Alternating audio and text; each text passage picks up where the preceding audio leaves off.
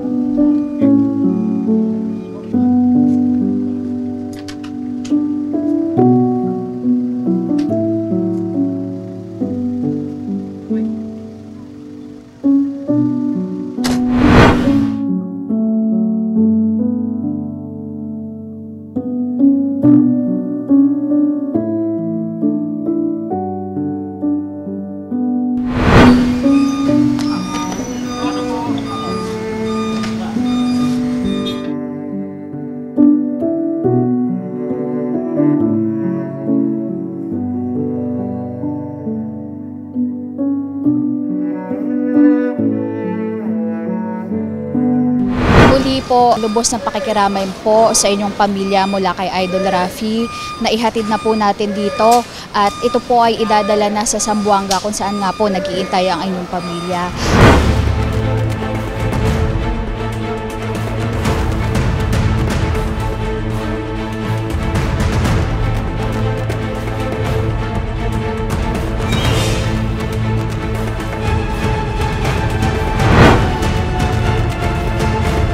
Ma'am, ano po ang action taken ng ating agency dito po sa pinsan po ni Ma'am? Nung malaman po namin yung insidente na kaagad na ito, kami po ay nakipag-ugnayan kaagad sa MW Alcobar para po mabigyan po ng investigasyon. Dahil una-una wala po talaga kaming enough na information bukod doon sa impormasyon na nakarating po sa amin na inulat po ng aming FRA na si Miss Marcia Sahibal nga po ay namatay sa hospital na.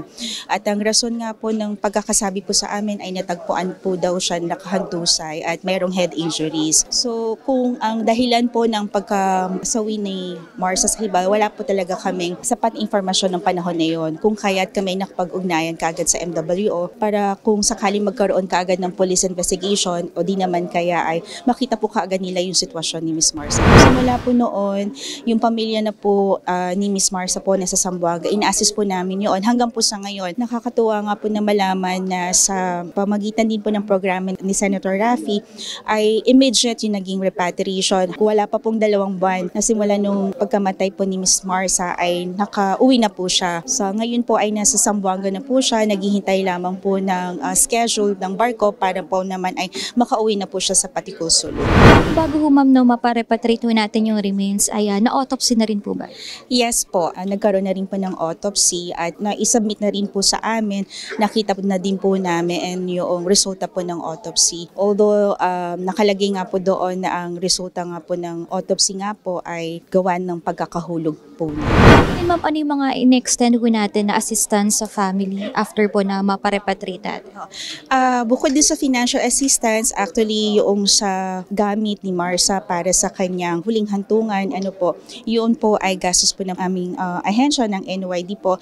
At simula po nung nangyari na po yun, ay meron na rin po kami financial assistance na binigay sa asawa po ni Marsa para sa gayon po ay habang naglalakad po sila ng papeles sa Zamboanga, iyon ay kuga naka-assist po kami.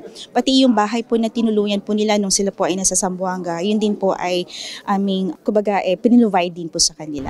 Ano po ang kasama ng family ngayon sa Zamboanga sa pag-arrive po ng remains? Nandun po yung staff po namin na siya po yung nag-a-assist sa family at ang mother din po ni Marsa at ang asawa po ni Marsa at ilang kamag-anak po nila ay nandun din po sa Zamboanga. Thank you so much po and hopefully ay magtapos na po yung investigation doon po sa ibang bansa nang sa gayon mapanatag rin po ang family hanggang sa mailibing na po yung OFW po natin. Thank you so much.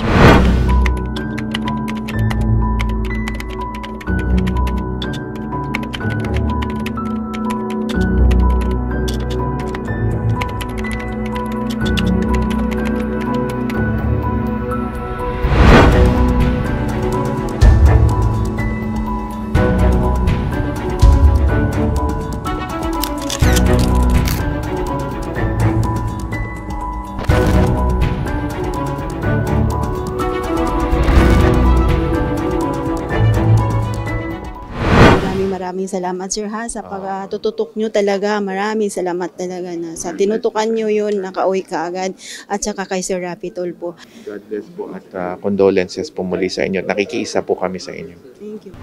Una, yung pag-imbestiga dun sa ahensya kasi may mga impormasyon kami nakakalap na tila baga hindi rin nila nagampanan yung responsibilidad nila sa kababayan natin, sa pinsan ni ma'am. At of course, yung entitlements under DMW and OWA, bibigyan natin yung tulong dahil parating pa lamang ng sulo at meron dong paglalamay at agarang paglibing. So nandun din yung tauhan natin para gabayan sila. And of course, yung sa pamilya, yung 2-year-old na anak, titignan natin, susuriin natin kung paano pa tayo makakatulong dun sa bata. Sa OWA, meron yan lifetime scholarship na niya yan from grade school to college. So, bibigyan siya ng benepisyo ng OWA. But of course, titingnan pa rin natin kung paano tayo makakatulong dun sa pamilya, sa asawa at sa anak.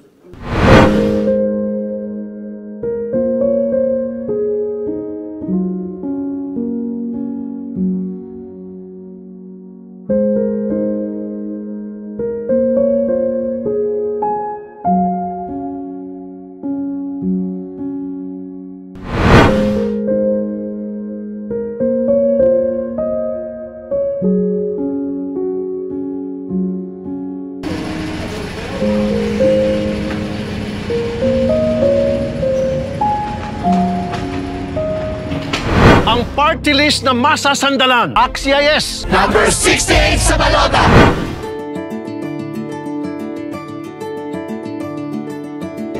Ito sir, nadala na yung motor palabas.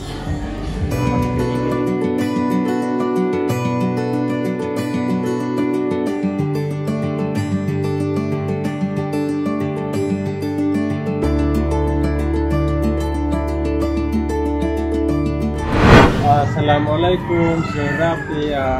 Maraming salamat, Sir Rafi. Ang sabi niya, sumainyo ang kapayapaan. Ako po ay lubos nagpapasalamat sa inyo sa binili niyong motor. At ito ay magagamit ko sa panghanap buhay. Mabuhay po kayo. Maraming salamat.